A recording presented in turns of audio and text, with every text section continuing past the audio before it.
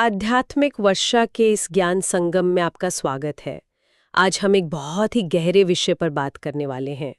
श्रीमद् भगवद गीता का एक ऐसा श्लोक जो मन को झकझोर देता है। और हाँ, ये गहन विश्लेषण और संकलन कैप्टन श्याम बहादुर चौहान जी के काम पर आधारित है। हम बात कर रहे हैं अध्याय 2 सांख्य योग श्लोक संख्या 4 की। जरा सोचिए, कुरुक्षेत्र का वो मैदान, सेनाएं तैयार खड़ी हैं और बीच रथ में अर्जुन, महायोद्धा अर्जुन, उनका दिल बैठा जा रहा है। मोह और कर्तव्य की कश्मकश। पिछले श्लोक में ही तो भगवान कृष्ण ने उन्हें फटकारा, कायरता छोड़ने को कहा। फिर भी अर्जुन क्यों इतने परेशान है? क्या है उनकी इस उलझन के पीछे? चलिए आज इसी गुत्थी को सुलझाने की कोशिश करते हैं। और सच कहूं तो ये सिर्फ अर्जुन की कहानी नहीं है, कहीं ना कहीं ये हम सब की कहानी है। वो पल जब भावनाएं और जिम्मेदारी आमने सामने आ जाती हैं, है ना? तो सबसे पहले मूल श्लोक सुन लेते हैं। अर्जुनवाच कथम भीष्ममहं संख्ये द्रोणं च मधुसूदन इशुभे प्रत्योत्स्यामि पूजार्हावरिसूदन। इन शब्दों में ही एक वजन है, एक दर्द है। जरा इनके अर्थ को खोमिए मां। जी बिल्कुल, हर शब्द में गहरा भाव छिपा है।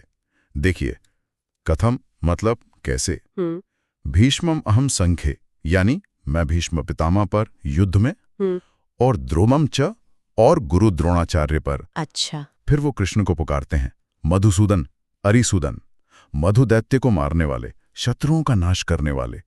मतलब अर्जुन जानते हैं कि कृष्ण कितने शक्तिशाली हैं। हाँ, वो उनकी शक्ति पहचानते हैं। बिल्कुल, पर अपनी दुविधा भी उन्हीं के सामने रख रहे हैं।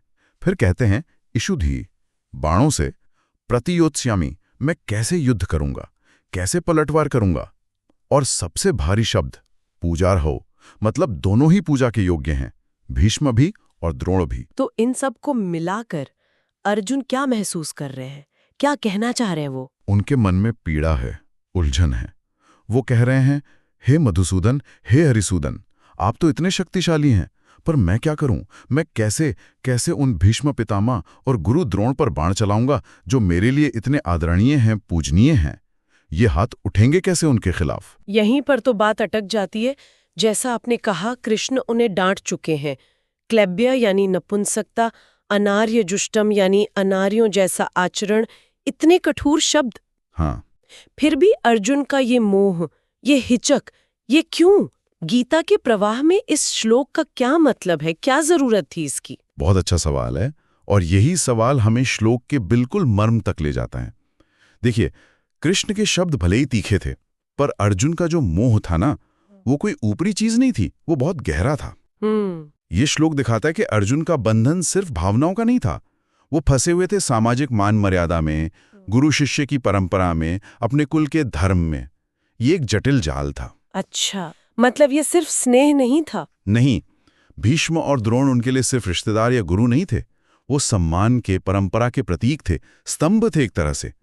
तो ये श्लोक अर्जुन के अज्ञान और मोह की चरम सीमा को दिखाता है। बिल्कुल पीक पर। पीक पर, हाँ।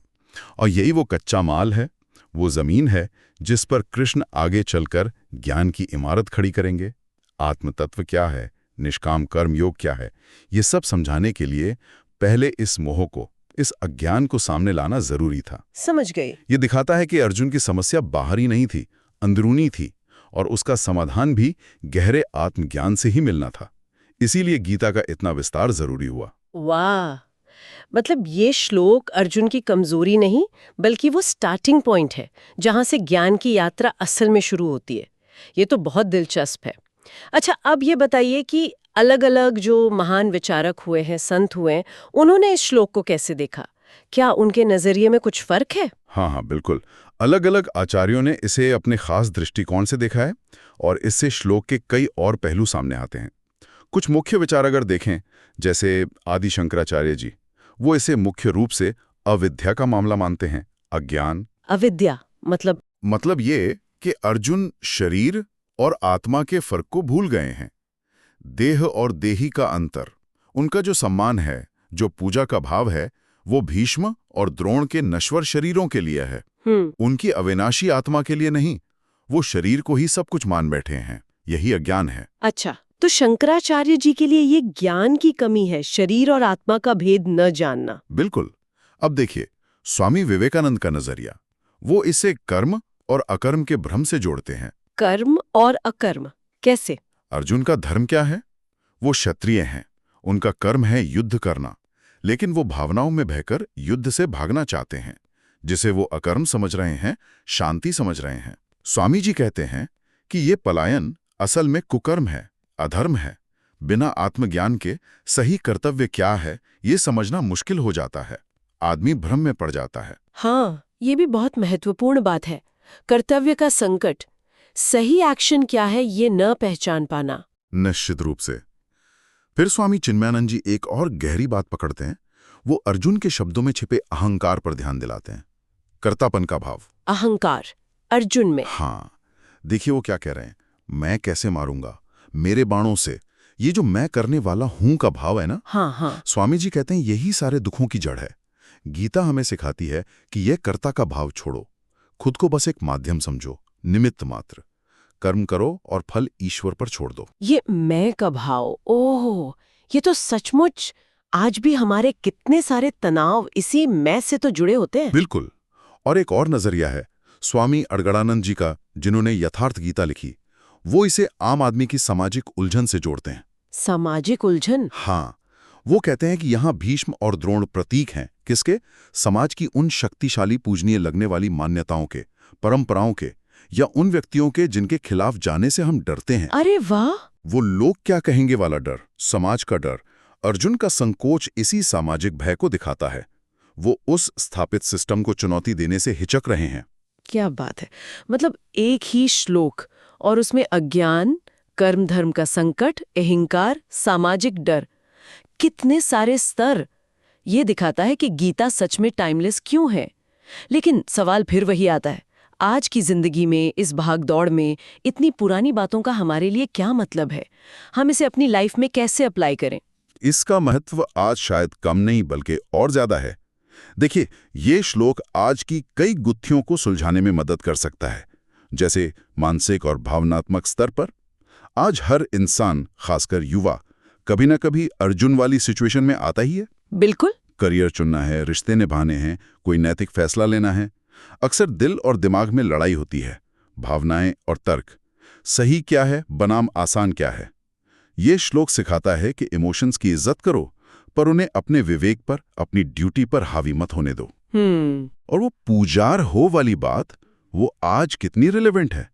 कई बार हमें ऐसे लोगों के खिलाफ जाना पड़ता है या उनकी गलत बात मानने से इनकार करना पड़ता है जिनका हम बहुत सम्मान करते हैं। हाँ, ये बहुत मुश्किल होता है। बहुत मुश्किल। पर ये श्लोक प्रेरणा देता है कि ऐसे मुश्किल चुनाव में भी विवेक को, सही को चुनो। वो पूजार हो वाली बात वाकई गहरी है। जब कोई सम्मानित व्यक्ति ही गलत हो, तब कितना कठिन होता है विरोध करना। बिल्कुल। और यहीं से इसका सामाजिक स्तर पर महत्व जुड़ता है। समाज में अगर कोई बदलाव लाना है, किसी नाइंसाफी के खिलाफ खड़ा होना है, तो अक्सर हमें पुरानी, जमी हुई, पूजनीय लगने वाली परंपराओं का, ताकतों का विरोध करना पड़ता है। सही कहा। ये अर्जुन के लिए भीष्म द्रोण के विरोध जैसा ही मुश्किल हो सकता है। ये श्लोक हमें हिम्मत देता है कि सच के लिए, न्याय के लिए खड़े हो, चाहे सामने कोई भी हो, चाहे कितना भी इमोशनल प्रेशर क्यों ना हो। और अगर हम आध्यात्मिक स्तर पर देखें तो? आध्यात्मिक स्तर पर ये हमें एक दृष्टि देता है कि इंसान के बाहरी पद, रूप, रिश्ते, उसकी सोशल स्टैंडिंग, इन सब से ऊपर उठकर देखो। क्या देखें? उसके कर्म देखो, उसका चरित्र देखो, उसके अंदर का सच देखो। हम अक्सर बाहरी चमक दमक में या रिश्तों के मोह में फंस जाते हैं, जैसे अर्जुन फंसे थे। ये श्लोक कहता है कि असली सम्मान योग्यता का, गुण का, धर्म का होना चाहिए, सिर्फ पद, उम्र या रिश्ते का नहीं। हमें चीजों के, व्यक्तियों के मूल तत्व को समझना होगा। आपने युवाओं की बात की थी, उनके लिए ये श्लोक कैसे एक गाइड बन सकता है? आज की पीढ़ी पर तो बहुत तरह के प्रेशर होते हैं। बिल्कुल। युवाओं के लिए ये श्लोक एक तरह का कंपास है, दिशा सूचक। उनकी लाइफ में बड़े फैसले होते हैं, इमोशनल उतार चढ़ाव होते हैं, करियर, रिश्ते, दोस्ती, सामाजिक मुद्दे। हाँ, बहुत कुछ। ये श्लोक उन्हें सिखाता है कि इन अहम मोड़ों पर जो भावनात्मक दबाव आता है, पीयर प्रेशर, परिवार की उम्मीदें, दोस्ती का वास्ता, उसे सही गलत के विवेक पर हावी मत होने दो। अर्जुन की तरह भागो मत, कंफ्यूज मत हो। अपनी अंदर की आवाज सुनो, अपना विवेक जगाओ, जिसे हम अपना अंदर का कृष्ण कह सकते हैं। अंदर का कृष्ण, वाह। हाँ, तर्क करो, सवाल पूछो और सोच समझकर फैसला लो। ये उन्हें सिर्फ कामयाब नहीं बनाएगा, बल्कि एक मजबूत, जिम्मेदार और नैतिक रूप से स्पष्ट इंसान बनाएगा। ये तो बहुत ही प्रैक्टिकल और जरूरी सीख है। आपने इतनी गहराई से इन व्याख्याओं और आज के समय में इनकी प्रासंगिकता पर बात की। क्या आप उन स्रोतों का भी जिक्र कर सकते हैं जिन पर ये सारी चर्चा आधारित है, ताकि अगर कोई और पढ़ना चाहे तो? जी जरूर। ये विश्लेषण मुख्य रूप से गीता के मूल पाठ पर तो आधारित है ही। खासकर गीता प्रेस गोरखपुर का संस्करण काफी प्रामाणिक माना जाता है। साथ ही कुछ प्रमुख टीकाएं बहुत महत्वपूर्ण रही हैं, जैसे आदि शंकराचार्य का भाष्य, जो अद्वैत वेदांत की दृष्टि देता है, स्वामी चिन्मयानंद जी की व्याख्याएं जो बहुत व्यवहारिक हैं, स्वामी प्रभुपाद जी की भगवत गीता यथारूप जो भक्ति योग पर जोर देती है, और स्वामी विवेकानंद के विचार खासकर कर्म योग और प्रैक्टिकल लाइफ पर गीता के असर को लेकर, और हाँ, स्वामी अड़ंगानंद जी की यथार्थ गीता का संदर्भ भी लिया गया है। धन्यवाद। ये जानकारी उन लोगों के लिए जरूर काम आएगी जो और गहराई में जाना चाहते हैं। अच्छा, अब ये सोचें कि अगर कोई इंसान इस श्लोक के असली मतलब को समझ ले और उसे अपनी जिंदगी में उतारने की कोशिश करे, तो उसकी अपनी लाइफ पर, परिवार पर, समाज पर क्या असर पड़ सकता है? असर तो बहुत गहरा और पॉजिटिव हो सकता है। व्यक्तिगत स्तर पर सोचिए, इंसान इमोशनल उथल-पुथल से, मोह से ऊपर उठेगा, ज्यादा शांत, ज्यादा क्लियर होकर फैसले ले पाएगा, मुश्किलों का सामना बेहतर तरीके से कर पाएगा, उसका सेल्फ कंट्रोल, उसका कॉन्फिडेंस बढ़ेगा। ये तो बहुत बड़ी बात है। हाँ, और पारिवारिक स्तर पर रिश्तों में अक्सर भावनाएं इतनी हावी हो जाती हैं कि कभी-कभी नाइंसाफी हो जाती है, गलतफहमियां हो जाती है। होता है, बिल्कुल होता है। इस समझ के साथ इंसान प्यार और सम्मान तो बनाए रखेगा, लेकिन जरूरत पड़ने पर सच के लिए, ड्यूटी के लिए खड़ा भी रह पाएगा। इससे परिवार में ज्यादा बैलेंस और ट्रांसपेरेंसी आएगी। और सामाजिक स्तर पर सोचिए, एक ऐसा समाज जहां लोग क्या कहेंगे के डर से या इमोशनल ब्लैकमेल में आकर गलत का साथ ना दें। काश ऐसा हो पाता। जहां लोग पुरानी गलत रूढ़ियों को या अन्याय को सिर्फ इसलिए न ढोते रहें क्योंकि वो पूजनीय लगती हैं या हमेशा से चली आ रही हैं। ऐसे लोग जो नैतिक हिम्मत दिखाएंगे, वो समाज को ज्यादा न्यायपूर्ण, ज्यादा प्रोग्रेसिव बनाने में अपना योगदान देंगे। ये तो सचमुच कमाल है कि हजारों साल पहले कहा गया एक श्लोक आज भी इतना पावरफुल, इतना ट्रांसफॉर्मेटिव हो सकता है। लेकिन कई बार ना, ऐसे गहरे विचारों को समझाना मुश्किल होता है, खासकर बच्चों को या युवाओं को। क्या इसे किसी आसान सी कहानी से जोड़ सकते हैं? हाँ, क्यों नहीं। कहानी से बात जल्दी समझ आती है। चलिए एक छोटी सी कहानी सोचते हैं। मान लीजिए 2 दोस्त हैं, राहुल और अमन, बहुत पक्के दोस्त। स्कूल में इम्तिहान है। अमन मैथ्स में थोड़ा कमजोर है। उसने राहुल से कहा, यार राहुल, कल पेपर है, मुझे कुछ समझ नहीं आ रहा, तू तो मेरा बेस्ट फ्रेंड है, प्लीज यार कल थोड़ी हेल्प कर देना, नकल करवा देना। ये तो आम सिचुएशन है। हाँ, अब राहुल बेचारा फंस गया धर्म संकट में। एक तरफ उसका प्यारा दोस्त अमन, जिसे वो दुखी नहीं करना चाहता, ये उसका मोह था, बिल्कुल अर्जुन जैसा। सही। दूसरी तरफ उसे पता था कि नकल करना और करवाना दोनों गलत है। ये उसकी ईमानदारी के खिलाफ था, स्कूल के नियमों के खिलाफ था, ये उसका कर्तव्य था। वो सोचने लगा, मैं अमन को मना कैसे करूं, वो मेरा इतना अच्छा दोस्त है। बिल्कुल वही कथम प्रतियोत्स्यामि पूजार्हो वाली हालत। हाँ।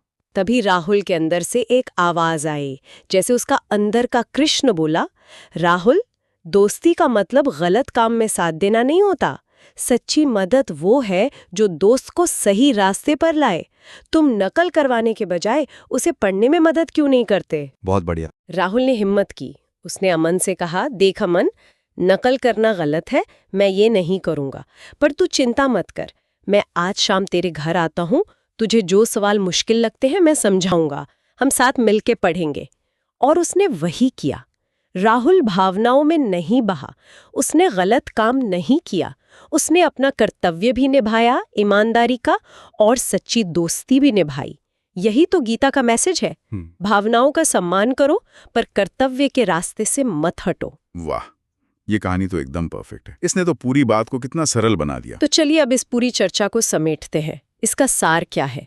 वो निचोड़, वो टेक अवे मैसेज जिसे हम सब अपने साथ ले जा सकते हैं। सार संदेश बहुत साफ है और बहुत शक्तिशाली है।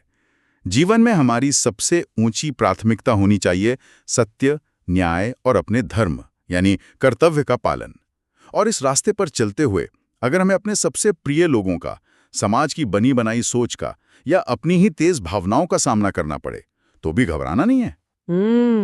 भावनाएं जरूरी हैं, पर वो अर्जुन की तरह हमें कंफ्यूज कर सकती हैं, मोह में फंसा सकती हैं।